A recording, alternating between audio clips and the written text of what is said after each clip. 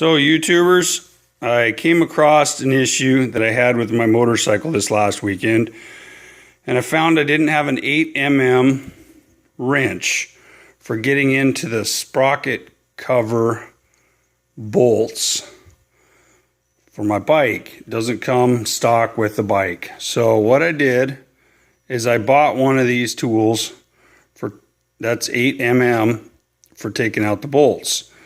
And it works quite nicely. It's not as good as a T-handle or a ratchet, but it was like $8 or something at the local hardware store in the town where I happened to break down and break my clutch cable. And so I couldn't get to the end of the cable because I had to get that cover off. Well, I got home and I got to thinking, this is an awfully big handle. I don't want to put it underneath my seat in my pouch. It won't fit in my pouch.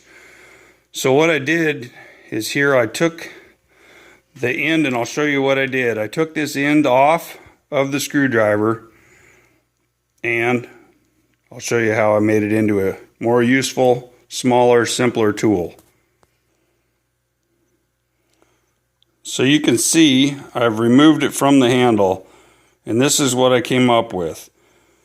It has two flat spots on the end where it attaches into the handle. I ground those down small enough so they would fit inside this 8mm wrench. I got an 8mm, zoom in, and it fits inside the end of that wrench. And I also welded on that washer so that it stops. The wrench has a spot to stop. You don't need to do that. Basically, you just need to grind down these two sides and make sure that they're just inside, just barely fit inside the end of that wrench. And I'll show you, I'll put it together, see if I can get it together with one hand here, and show you what I ended up making. Here is the tool. It's a simplified, not quite a full T-handle, but it does the same thing. It's got plenty of strength to it. And then when you're done, you just take the thing off and it folds up nice and flat inside the tool pouch.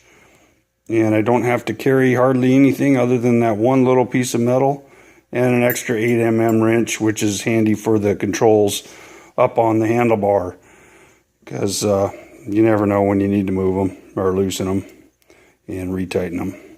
So anyway, $1.99 for a Husky wrench at Home Depot, and $8 for a sacrificial 8mm hex head driver. And there you have it. One handy tool for on the bike.